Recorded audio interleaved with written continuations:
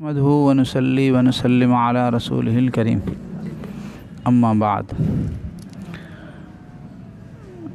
ॻाल्हि हली पे ईमान जे शोबनि जे बारे में। त ईमान जा शोबा उन में तफ़सीलात हुई ऐं कल्ह बयानु थियो हो अल्लाह पाक जी रज़ा जे लाइ महबत ऐं अल्लाह जी रज़ा जे लाइ दुश्मनी करणु।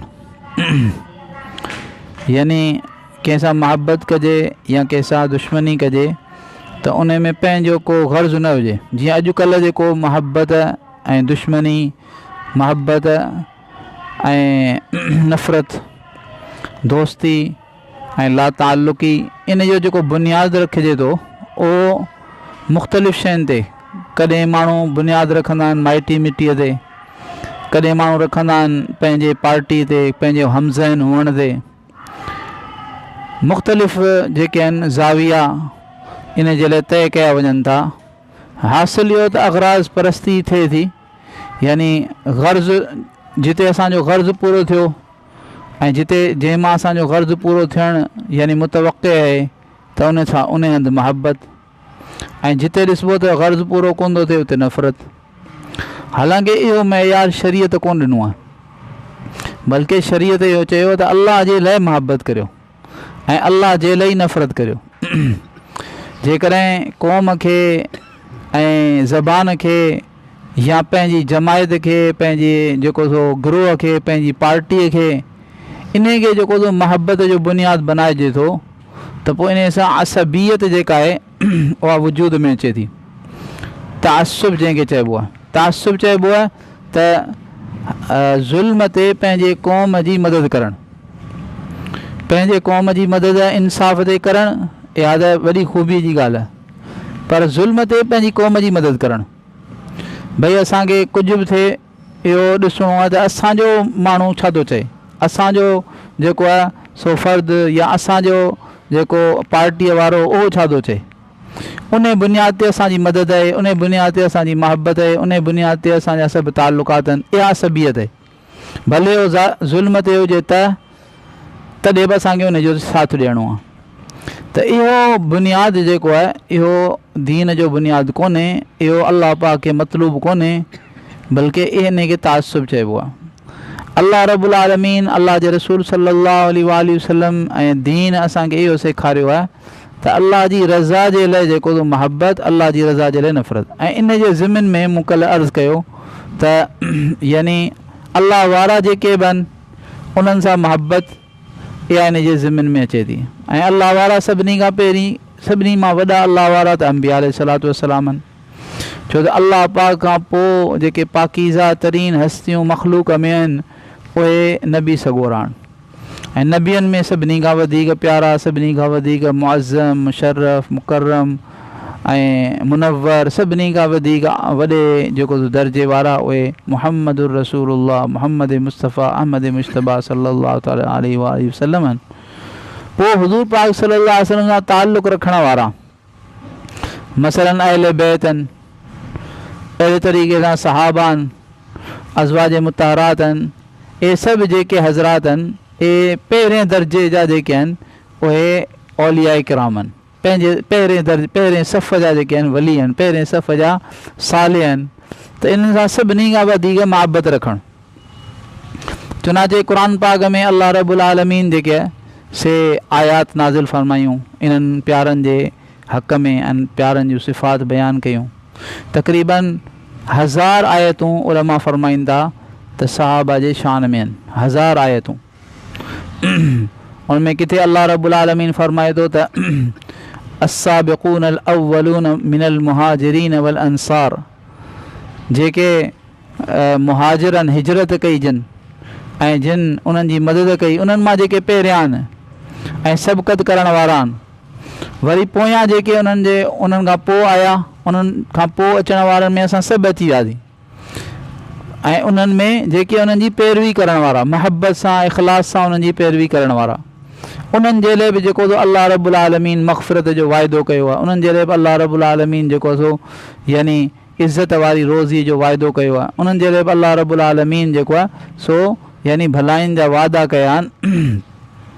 त अल्लाह ताला क़ुरान पाक में उन्हनि जूं तारीफ़ फ़रमाई। अहिड़े तरीक़े सां अहले बैत उन्हनि जी बि अल्लाह रब्बुल आलमीन तारीफ़ फ़रमाई। यानी अहले बैत में जेको आहे सो अज़वाज मुत्तहरात यानी हुज़ूर पाक सल्लल्लाहु अलैहि वसल्लम जूं घर वारियूं। सूरह जेका अहज़ाब आहे उन में अल्लाह रब्बुल आलमीन फ़रमायो त इन्नमा युरीदुल्लाहु अन युज़हिबा अन्कुम रिज्स अहलल बैत व युतहिरकुम ततहीरा। अल्लाह पाक अहले बैत अल्लाह ताला चाहे थो त तव्हां खां अल्लाह ताला जेको आहे सो गंदगीअ खे दूर करे ऐं तव्हांखे ख़ूब पाक करे।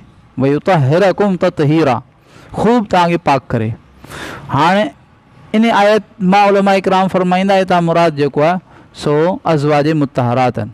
हज़रत इब्न अब्बास रज़ी अल्लाह ताला अन्हुमा उहे फरमाईंदा, छो त इहा वॾी तफ़सीर आहे ऐं इहा कई आयतूं पहिरीं इब्तिदा थिए थी या निसा अन्नबी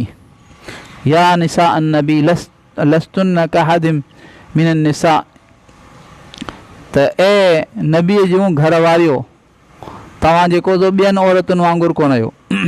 इतां इब्तिदा थिए थी ऐं इन जे आख़िर में अची अल्लाह रब्बुल इन में कई सारा अहकामात अल्लाह ताला अज़वाज मुत्तहरात जे बारे में फ़रमाया ऐं इन में अल्लाह रब्बुल आलमीन इहो फ़रमायो त ए अहले बैत, ए अल्लाह जे रसूल सल्लल्लाहु अलैहि वसल्लम जा घर वारो, तव्हांखे अल्लाह रब्बुल आलमीन जेको अल्लाह त इहो चाहे थो त तव्हांखे अल्लाह रब्बुल आलमीन यानी गंदगी खां दूर करे, तव्हां खां गंदगी दूर करे ऐं तव्हांखे ख़ूब पाक करे। अहिड़े तरीक़े सां अहले बैत में जेको आहे सो हुज़ूर पाक सल्लल्लाहु तिरमिज़ी शरीफ़ में ऐं अहिड़े तरीक़े सां ॿियनि हदीस जे किताबनि में हिकिड़ी हदीस अचे थी त हुज़ूर पाक सल्लल्लाहु अलैहि वसल्लम हज़रत अली रज़ी अल्लाह ताला अन्हु, हज़रत हसन ऐं हज़रत हुसैन ऐं हज़रत फ़ातिमतु ज़हरा रज़ी अल्लाह ताला अन्हा इन्हनि खे पंहिंजे चादर जे हेठां जेको आहे सो दाख़िल कयो ऐं पोइ पाण दुआ घुरी, या अल्लाह हीअ मुंहिंजा अहले बैत आहिनि त हिननि खे तव्हां ख़ूब पाक फ़रमायो। त उलमा फ़रमाइनि पिया त यानी अज़वाज मुत्तहरात जेके आहिनि उहे त क़ुरान पाक जी आयतुनि में दाख़िल हुयूं, पर हुज़ूर पाक सल्लल्लाहु अलैहि वसल्लम हिननि हज़रात जे लाइ, हिननि चइनि हज़रात जे लाइ दुआ फ़रमाई त या अल्लाह हिननि खे बि उहा फ़ज़ीलत अता फ़रमा। त अल्लाह ताला इहा फ़ज़ीलत उन्हनि खे बि अता फ़रमाई। हज़रत उम्मे सलमा रज़ी अल्लाह ताला अन्हा चयो त आऊं बचा आहिनि जेको सो चादर में, त पाण सल्लल्लाहु अलैहि वसल्लम उन्हनि खे मना फ़रमायो, छो त उन्हनि खे त पहिरीं खां इहा फ़ज़ीलत हासिलु हुई ऐं पाण फ़रमायो त तूं पंहिंजे दर्जे ते आहीं, यानी जेको अल्लाह रब्बुल आलमीन तोखे दर्जो अता फ़रमायो आहे। अहिड़े तरीक़े सां जेके सहाबा रिज़वानुल्लाह अलैहिम अजमईन आहिनि उहे बि हुज़ूर पाक सल्लल्लाहु अलैहि वसल्लम जा साथी, चाहे मुहाजिर हुजनि चाहे अंसार हुजनि, इन में पाण सल्लल्लाहु अलैहि वसल्लम ॿिन्ही जूं फ़ज़ीलतूं फ़रमायूं। क़ुरान पाक जेको आहे सो इन्हनि जी तारीफ़ में रतबुल लिसान आहे, क़ुरान पाक इन्हनि जी तारीफ़ सां भरियो पियो आहे। इहे सभु मुक़दस हस्तियूं आहिनि, इन्हनि सभिनी सां मुहबत रखणु जेको आहे सो ईमान जो शोबो आहे ऐं ईमान जे लाइ, कामिल ईमान जे लाइ ज़रूरी आहे। इन खां सवाइ ईमान कामिल कोन थींदो।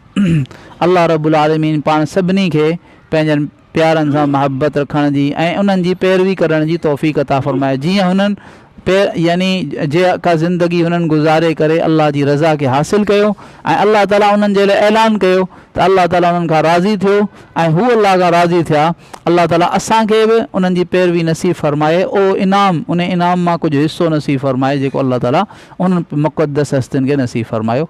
आमीन। दुआ करियो। या रहमान राहिमीन, या रहमान राहिमीन, या रहमान राहिमीन, या ज़ल जलाली वल इकराम, या ज़ल जलाली वल इकराम, या ज़ल जलाली वल इकराम। अल्लाहुम्मा सल्लि अला सय्यिदिना मुहम्मद व अला आलि मुहम्मद कमा सल्लैता अला इब्राहीम व अला आलि इब्राहीम इन्नका हमीदुम मजीद।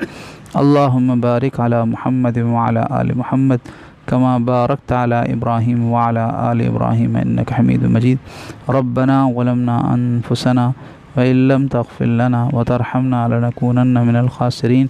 रब्बना आतिना फ़िद दुनिया हसना व फ़िल आखिरति हसना व क़िना अज़ाबन नार। व सल्लल्लाहु तआला अला हबीबी मुहम्मद व अला आलिहि व अस्हाबिहि व बारिक वसल्लम। आमीन। अल्हम्दुलिल्लाह।